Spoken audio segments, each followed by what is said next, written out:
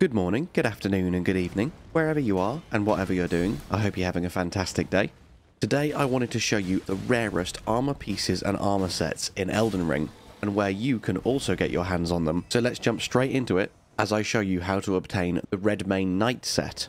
This is one of the most coveted armor sets in the game, at least for me personally, because I adore the Redmane Knights. I think they look incredibly awesome, and damn is this set hard to farm. So meet me here now at the impassable Great Bridge Site of Grace, and we are going to run northwest past all of these soldiers and dogs having a fight, and toward the edge of the cliff you will find the Redmane Knight that we're going to farm. There are actually 3 farmable Redmane Knights in Castle Redmane itself, but they're very spread out and none of them are anywhere near a Site of Grace. The reason I have advised to farm this guy will become apparent in just a second. Once he is dead, jump off the cliff and kill yourself. Once you die, opt to resurrect at the Stake of Marika, and it will put you on a cliff just above his spawn location. Now you can jump straight back down, kill him again, rinse and repeat. Killing him and respawning 3 times is much quicker than trying to farm all 3 of the knights in Castle Redmane, which is why it is preferable to do it this way. Also, obviously, make sure you're doing things like wearing the Silver Scarab Talisman and using the Silver Pickled Fowlfoot. If you need more, usually the ingredient that you're lacking for this is the 4-toed Fowlfoot. And another great reason for farming this knight is because there is a load of penguins around that will drop that item. Yes, I know that's not their actual name. I know what it is. I can't pronounce it. I'm not even going to attempt it. But it is on the screen for you now so you know what critter I'm talking about. Okay, enough rambling about the Redmane armor set. Let's move on to the second item, the Black Dumpling. The best place to farm this one is going to be at the Guest Hall Grace site in the Volcano Manor. This headpiece is horrific, truly. Just listen to the text. A mask forced on a victim's head to lend torture an extra degree of cruelty. It signifies one's fears and makes them acutely aware of all forms of pain. When the Black Dumpling goes on, the torturer no longer seeks answers, only to inflict suffering without hope of relief. Also, as it says, it raises your attack power when you suffer from madness, which is a very weird, very unique effect. So this can be paired with something like the Unendurable Frenzy as a way to intentionally trigger it on yourself to get that 10% damage boost that you get for wearing this headpiece. As for farming it, literally head out into the next room and you'll see one of the first generation Albinaurics wearing it. Now head south into the previous room. There will be 4 more in here and another one that runs down the stairs at you for a total of 6 that you can farm in very quick succession. Then you just want to run back or teleport back to the Guest Hall Grace site and do it again. Rinse and repeat until you have the Black Dumpling.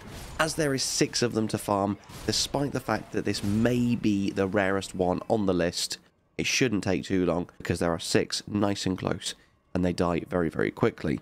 Now we shall move on to number 3. The Blue Silver set. I shall now meet you at Ordina in the Consecrated Snowfields as we take a look at the Blue Silver set. This is worn by the wolf-riding Albinauric archers and is probably one of my favourite armor sets in the game. It's incredibly awesome and unique, and my god is it hard to farm. Personally, what I recommend is killing Latenna when you first meet her at the Slumbering Wolf's shack. You lock yourself out of a somber ancient dragon smithing stone, but she drops this whole set right at the start of the game, and you remove the need for this agonizing farm. Should you wish to keep her alive and do the farm, from the Ordina Grace site, head southwest and there will be a few wolves and 3 archers all stood around these cliffs. They are lethal and will all back each other up. As soon as you shoot one, they'll all start shooting. So it is not an easy farm. So the alternative is to fight the archers actually in the town itself, but that's arguably no easier. No matter which way you look at it, farming these archers is tough because they are crazy strong in terms of damage and defense. Yeah, there's no easy way to put this. If you want to do this farm, good luck. It's going to be painful, but the reward is so worth it. This set is awesome. And coincidentally, I had really crap luck because I desperately wanted the bow as well. And ironically, as I was recording a few extra enemies for the footage for this video, the bow dropped. So great, I now also have the Albinauric bow. So now that we've done that, we will talk about a very specific chest piece, the Guardian armor in full bloom. Quick public service announcement for you, this chest piece is missable, and I did miss it. Thankfully, a friend let me borrow theirs so I could show it off for this video. As you see, I'm in the Minor Erdtree Church, where we farmed the rest of the Guardian set and the Sword Spear. However, please be advised, despite the fact that all the Guardians here are very clearly wearing this armor, they do not drop it. You can only get this armor from the Guardians with the large flowers near the Erdtree Sanctuary Site of Grace in the Royal Capital before it becomes the Ashen Capital. So if you want this, you need to farm it before you change the world state. It has a very cool effect that it raises the HP recovery effects of your Flask of Tears, but greatly lowers your fire damage negation. And this bit of flavor text is very cool. It is said that the blood red flowers blooming on their backs mark the senescence of their ancient pact. Perhaps the Guardians are part tree already. I genuinely think the Guardians may have become my favorite NPCs in the whole game. I love everything about them. I love their look, I love their lore, I love their weapon, clearly. I cannot stop banging on about the Guardian Sword Spear. And look, another one just dropped. How ironic is that? But yes, as I'm going around farming these ones, as I say, you cannot actually get this set from here. You need to get it from the Guardians by the Erdtree Sanctuary. Now that we've done that, I will have to, unfortunately, relinquish this chest piece and give it back to my friend as we move into the High Page set. Not to be mistaken with the Page set, this one is far rarer as there are not many High Pages around. It does not have any gloves, and it shares the page trousers with the regular page set, so you're actually only farming for the hood and the clothes. This is best farmed in Leyndell Royal Capital, as there are a few around there, and the quickest one to farm would be from the West Capital Rampart Site of Grace, run out towards the Gargoyle and the Golden Seed, then double back on yourself, head down the stairs, and there is a page on your left hand side. It's a short run and you won't aggro any enemies, so you can just quickly keep farming that one. However, if you've already gone past the Royal Capital, you now find me in the Raya Lucaria Academy, and to easily get to this one, once you have unlocked the shortcut ladder, from the Church of the Cuckoo Site of Grace, enter the church, take the ladder up, and on the other side of the room is a long hallway where you'll find this high page at the end. It is still quite an aggravating grind because of the fact that they are so limited, and it is a bit of a trek to get back every single time you need to re-farm. Also, it can be altered to remove the cape, but let's be honest, armor sets always look so much better with capes, so leave it on. Now we're going to take a look at the Mausoleum Soldier set and the Mausoleum Knight set. We'll start off with the Mausoleum Soldier set, and the easiest place to grind for this one is at the Eastgate Bridge Trestle, here in Northern Liurnia. As we load in, you'll see I'm not wearing a helmet. That's because this set doesn't come with a headpiece. It just has the surcoat, the gauntlets, and the greaves. Just for fashion purposes, whilst I'm showing you where to grind this set, we'll stick on the Banished Knight helm because it fits quite well with this set. And it gives you a little sneak peek of a set that will be coming up later in this video, as we will be covering both the altered and unaltered versions of the Banished Knight set. Now head east towards the Wandering Mausoleum and just kill all of the Mausoleum soldiers around here. There's also a Mausoleum Knight that you can farm for the Knight set, but hold that thought, there is an easier one and I'll come onto that once we've finished talking about the Soldier set.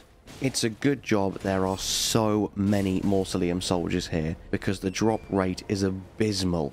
It took me hours, and throughout this total clear you can see I didn't get even one piece of their armor set. So if you do want this one, good luck, because you'll probably need it.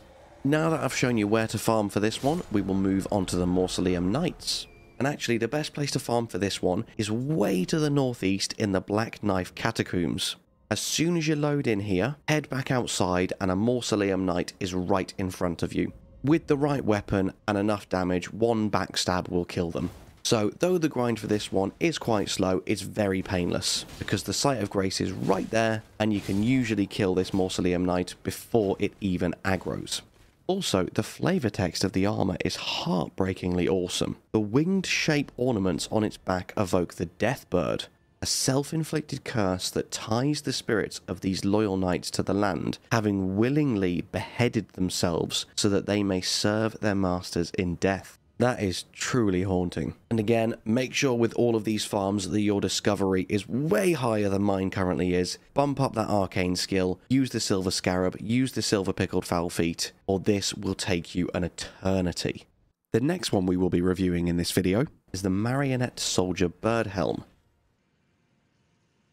Meet me at the Southern Aeonia Swamp Bank in Caelid, and we'll quickly take a look at this very obscure Birdhelm. A metal helm formed in the likeness of the face of a bird, worn by the Avionette soldiers crafted to serve the sorcerers. The construction of this helm is remarkably crude. For a doll, the only thing that matters is that it does not break. I'm not gonna lie, I think it looks pretty damn dumb, but for all of us completionists out there, we must have it. So now let me show you the easiest way to farm it. Of course, we've come here for a reason, and that's because there are 3 nearby Avionettes that you can kill without needing to aggro any other enemies. Straight away, head northwest, and you can aggro one of them right here. As soon as you've taken out that one, head back to the grey site, and now you want to go southwest, and there are 2 more on either side just here where I've placed the waypoint. It's as simple as that. Just grind them, and you will probably have this one in no time at all. Next is the Octopus Head. This has got about a 0.5% chance to drop from any of the little baby land octopuses, not to be confused with the giant land octopuses. For the longest time, I actually thought this did drop from the giant ones, and it was only when this dropped for me during my most recent playthrough that I realised it's not quite as hard to farm as a few others on this list due to the fact there are so many of them. In fact, loads of them can be found just south of the Saints Bridge site of Grace, in a small lake right by where you first meet Iron Fist Alexander. There's a few other locations with lots of them, but honestly I'd say that's probably the easiest place to farm it. And I'll say this once at the start of the video so that I don't keep repeating myself, but obviously please note whenever you're trying to farm any of these armor sets, the higher your discoverability, the easier it will be. So make sure you're bumping up your arcane stat through any means necessary, and also you want to equip the silver scarab talisman and craft yourself some silver pickled foul feet that you can use to boost your discoverability even further. And just one other quick thing about the Octopus Head before we move into the second piece. For its weight, it actually has surprisingly solid resistances. And as the item description states, those who can withstand the smell will find its organic elasticity excellent for negating strikes. And exactly as it says, its strike resistance is insane, especially for how light it is. So this is actually a really solid mid-weight helm, albeit it looks creepy AF and has its own jiggle physics. Moving on, and we're actually going to be looking at both the Nox Monk and the Nox Swordstress sets.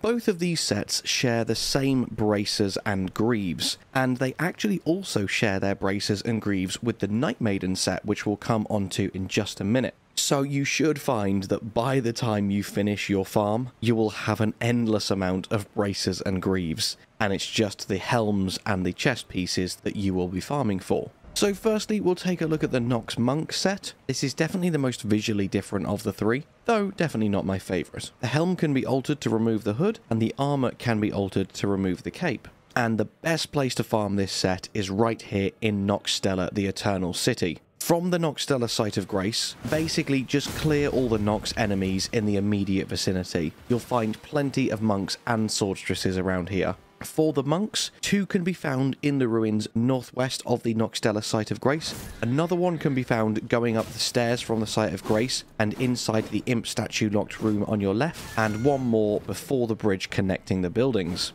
All of the armor that we'll be covering for the next few enemies has a 3% drop chance. So in theory, it's nowhere near as tedious as the Octopus Head. However, because you are actually going to have to fight these enemies and there are far fewer of them, good luck. This will probably be a much longer slog. That is it for the Nox Monk set, and as I say, very similarly, we've also got the Nox Swordstress set. You can find one up the stairs in a side room and 2 more riding giant ants along the river.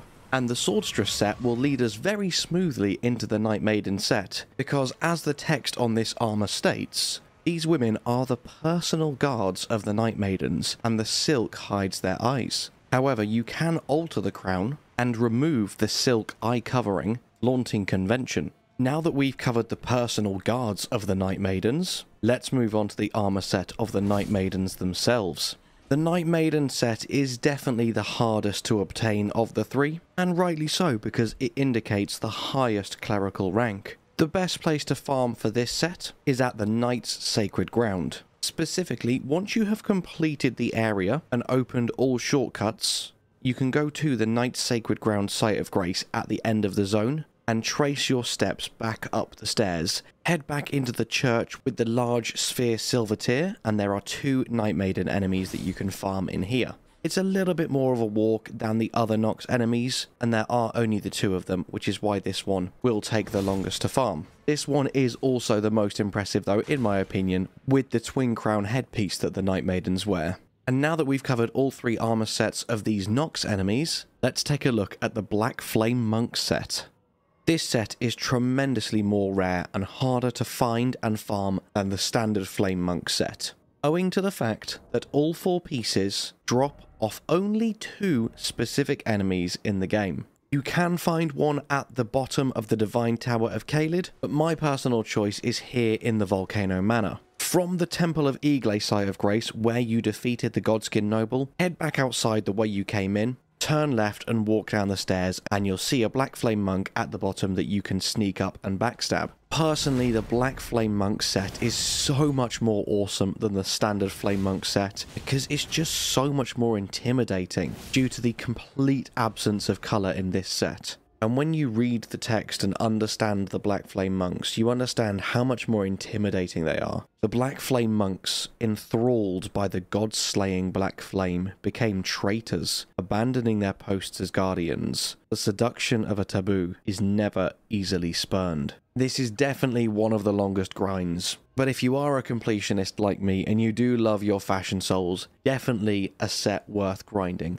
Very, very cool. Now we'll take a look at both versions of the Banished Knight sets.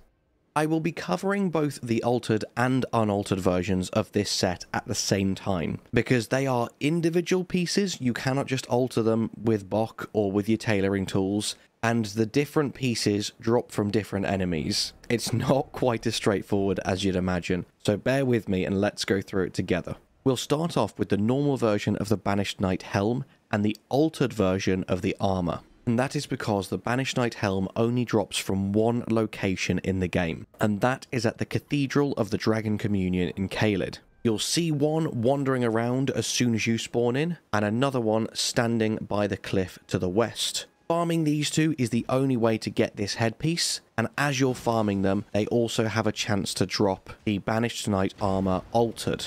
I'm not even going to bother talking about the gauntlets or the greaves because they all drop the same gauntlets and greaves. So by the time you have finished farming both versions of the helm and both versions of the armor, you will have the greaves and the gauntlets. I'd be incredibly surprised if you didn't. Now, the Banished Knight armor altered can also drop off the Banished Knight in Stormvale Castle in the room with the human limbs hanging from the roof. As you're farming for them too, you can also try and grab yourself the altered version of the Banished Knight helm. This can only drop from one Banished Knight, and he is again in Stormvale Castle, located next to the chapel in the northwest section where Sorcerer Roger is. So once you find him, head back outside again and you will see the Banished Knight wielding this helm. Finally, I saved the best till last. Best because it definitely looks the best. I love a cape. But also I was being a little bit sarcastic because this is painfully agonizing to farm.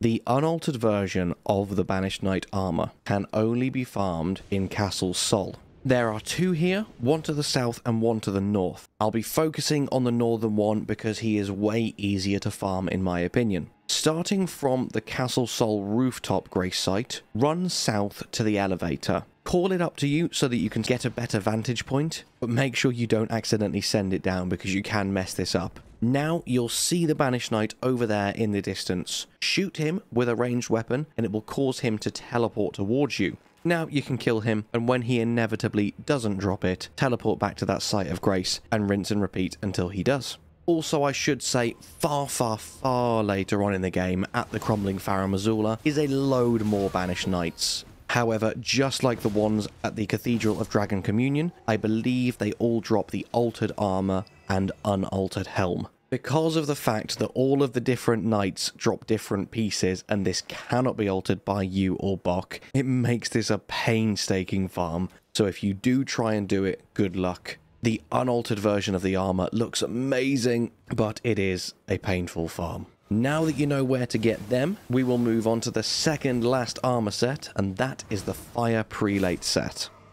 Just really quickly, I'll show you the altered version of the armor, which isn't adorned with the red cloth. That altered version is dropped by the Fire Prelate found in Fort Lythe in Mount Gelmir. We won't be focusing on that though, because it just doesn't look as good as with the red tabard. So the full set with the red tabard, the best place to farm it is at the Guardian's Garrison in the mountaintops of the Giants. Just by this site of grace, head towards the garrison, and on the left you will find a Fire Prelate. Once again, all of the drop rates are abysmal, and this is one of the toughest enemies in the game just because they're so damn tanky. So this is definitely a painful one to farm, and personally it's not my favourite. But it is a very rare, very sought after armour, and it would have felt wrong to not include it in this list. So there it is, this is the Fire Prelate set, and that, in my opinion, is the best place to farm it. And finally, though not farmable, still very, very missable, we have Dialos' Mask. This is the alternative headpiece for the Knight of Blood's armor set that you get for defeating Juno Hoslow during the Volcano Manor assassinations, though this version of the headpiece is obtained very differently by completing Dialos' questline. I think it's probably one of the longest, most complex, missable questlines in the game, and about the only NPC I haven't specifically covered and given his own video yet. I'm sure many other people have already done that for me, so if you do want this mask, you can go and check out a full guide. I personally don't rate it that highly. I feel like Hoslow's helm looks so much cooler, and wearing this is just kind of bragging rights. You can actually get this really early on by just straight up killing Dialos in the north of Liurnia of the Lakes when you meet him quite early on in his questline. But yeah, there it is, the replica of the twin-tailed silver helm with flowery adornments, only without the twin tails. Nowhere near as badass as the original helm, but still very cool to own. And that is it for the 16 or 17 rarest armor pieces and armor sets in Elden Ring, at least until the DLC. Hopefully there's at least something in here that you haven't seen before, or at least haven't plucked up the perseverance to farm, and hopefully this video may have given you the perseverance you need. As always, it's been an absolute pleasure making this for you. Thank you so much for watching. I hope you have an amazing day, and I'll see you in the next one. Bye bye.